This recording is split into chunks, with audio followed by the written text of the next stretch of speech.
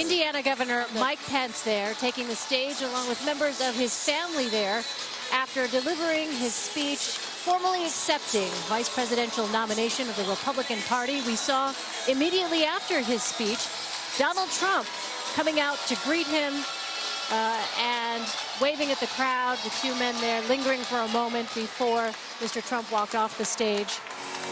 There you see Governor Pence exiting the stage right now. I want to talk to my political panel here about what it is that we heard from Governor Pence, the way that the speech was received. I've got Steve Chaggaris, Nancy Cordes, and Leslie Sanchez. Steve, let me start first of all with you. There was a lot of attention, as Governor Pence himself joked about. Not a lot of people know who he was, know who he is, and so this was his introduction for many Americans. How did he do? I thought he did pretty well. I thought he did very well, actually. What was interesting to me, though, there wasn't a lot about him. There was a lot about Trump, and it was a lot about Hillary Clinton, and a lot about the country and where the country is right now. And there was a little bit about Indiana in there. There's a little about Pence's biography in the beginning. But it was really mostly selling Donald Trump and really hammering Hillary Clinton. And that, to me, I expected a lot more about here's who I am as Mike Pence. 86% of the country has no opinion of him or doesn't know who he is. So I guess he was just trying to change the opinion part, not really tell everybody who he was. But if his job is to go out there and campaign for Donald Trump and explain to people who Donald Trump is and what Donald Trump plans to do as president, he definitely did that.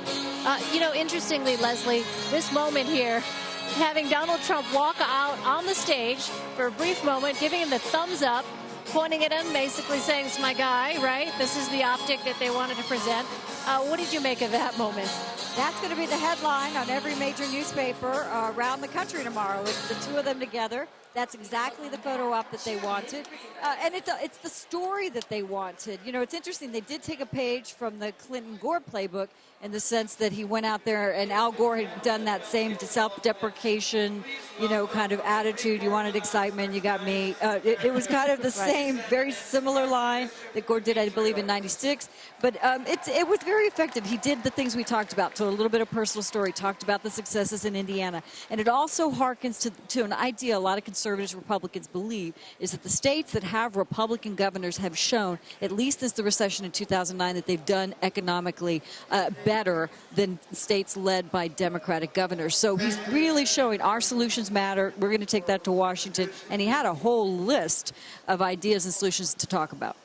Nancy, let me ask you, you know, Governor Pence is someone who, before he was governor, spent quite a bit of time in Congress and was not well known, as we just mentioned, to the larger sort of American public out there. How do you think he performed, and what are you, as you watch this chemistry between the two men, if you will, what is your take on that? How do you assess this relationship that we're seeing develop before our eyes here? Not that well known to Republican voters, but very well known to official Republican establishment in Washington and elsewhere. You know, he was in leadership in the House. He was in the House for 12 years. Donald Trump does not have a long history with the Republican Party. He doesn't have deep relationships with leaders in the Republican Party.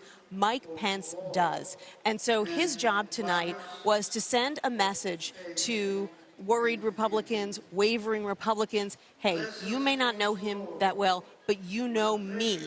And I am telling you, I am all in for him. I didn't hesitate. He's going to be a great president. He's a humble man. He was there to serve as a character reference in a way that Donald Trump's children have done as well, but that's coming at it from a different angle.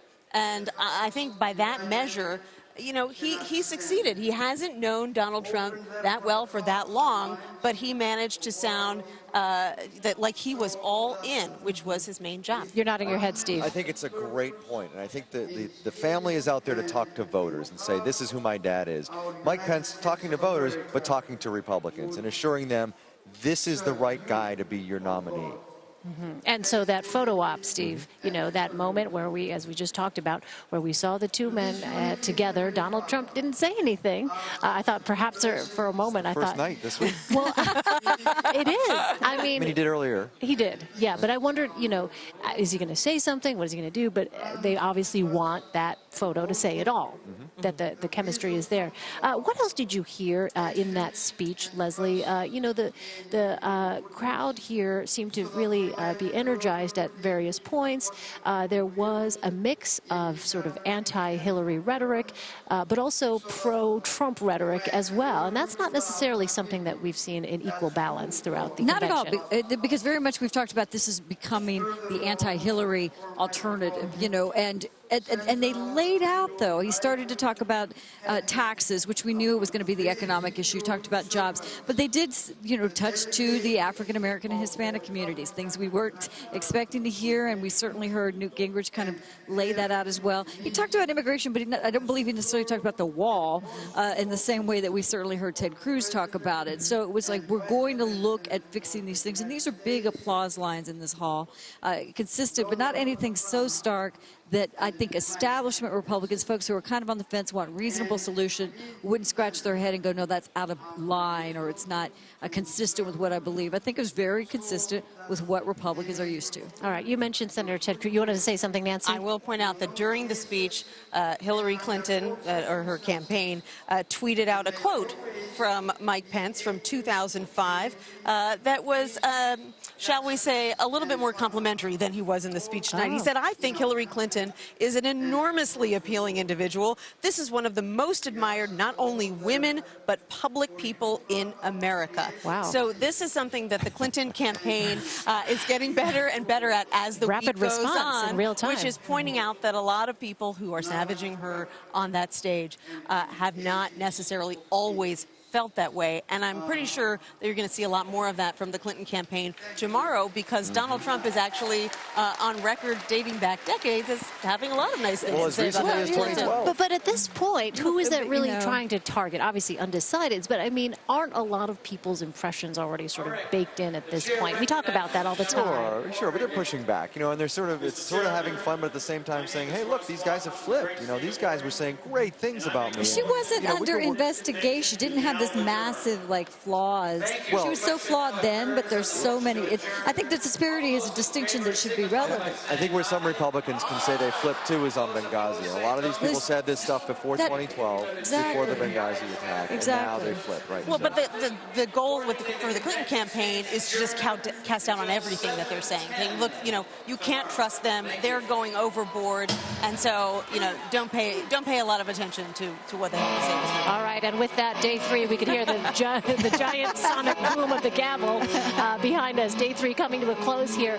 But, you know, you had mentioned Senator Ted Cruz. We had talked about this off camera. Steve, Senator Cruz's moment there, when he, towards the end of his speech, not only declined to endorse Donald Trump, but also said to the crowd here, very pro-Trump crowd, vote your conscience. Yeah, right. And at that point is when we heard these boos. Talk to me about that moment. Well, it's interesting. This was all set up as, was this going to be his Reagan moment, right? 40 years ago, Ronald Reagan fought Gerald Ford to the last delegate on the floor of the convention.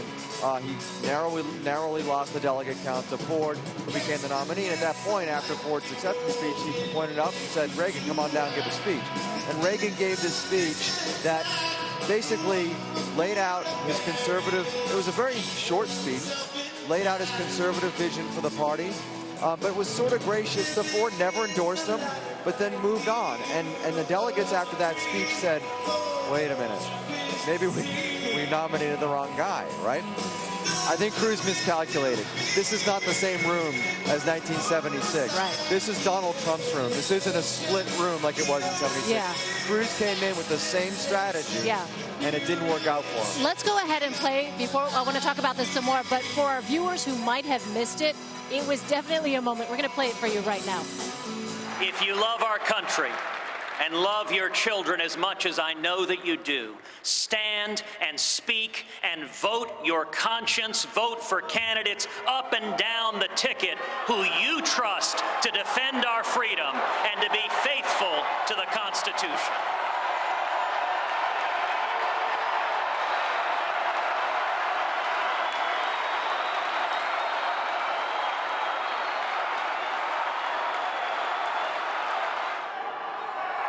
we must make the most of our moment to fight for freedom, to protect our God-given rights, even of those with whom we don't agree. All right, so that was, Steve, the moment, the end of his speech there. Right, which is a completely opposite reaction to what happened with Reagan 40 years ago. And if he was trying to basically set himself up as the next Reagan, meaning giving this speech to the crowd, trying to win them over for the next time he runs for president, I'm not sure that's the kind of outcome he expected here or wanted. And here is why it was a miscalculation. If someone like John Kasich or Marco Rubio had come out and pulled off the same kind of stunt, it might have been effective because these are two candidates who have some moderate appeal. Let's say Donald Trump loses. Then you've got sort of the mainstream of the party, even maybe some Democrats saying, wow, he took a really principled stand. I'm going to give him another look. He was right all along. Ted Cruz has a base that looks a lot like Donald Trump's base. He was the original hero to a lot of people in Donald Trump's base. He was this brash outsider before Donald Trump came along and was sort of the brash outsider on steroids. And so the people who were turned off and who were booing are the people who he needs. This is his base. And they're saying to him, hey, we're with Donald Trump now. You lost, and you are now bashing our hero. And so if Trump loses, all of these people who otherwise would have naturally gravitated to Ted Cruz in 2020 are now going to say, it's your fault. He needed you, and you turned your back on him.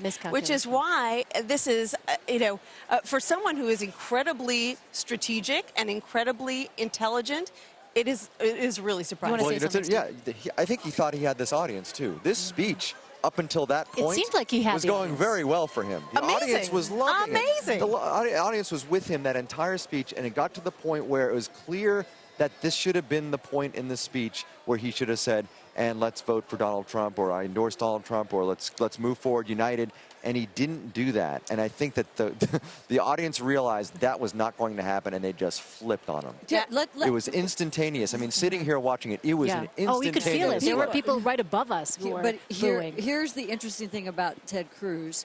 He plays with very sharp elbows. He was never liked in Congress. He still is not liked in Congress. He does things to his own beat, and he really hits him on the chin with respect to the establishment. He never tries to ingratiate himself. He's going to do it his own way. And he really did. I think he thinks he has the power of the word, the power of prose.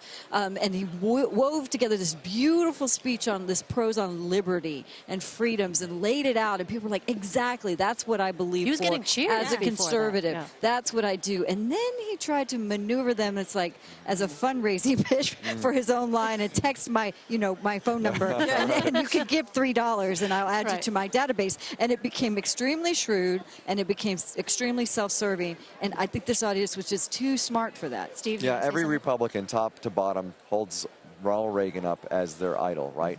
And I think Cruz was trying to use this as a Reagan moment. Reagan was the same way. Reagan, the establishment did not like Ronald Reagan in 1976 at all. And he was the guy who was pushing back against the establishment. He gave that speech and turned some folks' minds around. And in 1980, as we saw, history was made with his victory. But now, if this was a miscalculation for Ted Cruz, it was also a miscalculation for Donald Trump to let him speak in the first place. I can't tell you how many Republican strategists roaming around here are saying, how in the world could they let him speak in prime time? Didn't they see it coming? If he hadn't promised that he was going to endorse Donald Trump. You cannot let him be up there and take a risk that he is going to turn on the nominee. One question, though, I do question that, and just to get Machiavellian in the whole idea, since, we're talking about Trump here. Right. I mean, if you know that the protests that were on the floor were coming, and some say that strings were being pulled by the Cruz campaign to set the framework for 2020, and he's really, the energy behind this protest. Right now, Cruz has no friends. It's going to be a very lonely night at his house. Yeah. And anybody who was on board, even Mike Lee, by the way, even his best friend, Mike Lee, was down there on the floor and said, this is not what we like to see. You are, you are now persona non grata to everybody. Well, the juiciest part of it, though, is it was at the very end, Donald Trump walked out on the floor to get in the VIP booth. Right. It's as the head writer, Really. as the CBS Evening News head writer Jerry Cipriano emailed me. He says a very WWE moment. when you have the man being booed and then his nemesis coming in. Nemesis walking in to just watch the man melting in front of these booths. Smoke machine. And anybody who was still going to be now, you have all the delegations who were, kind of on the fence. They're like, okay, we can't be with that guy. We're going to go back. And just think about it. I mean, really, strategically, it may have accomplished exactly what he wanted.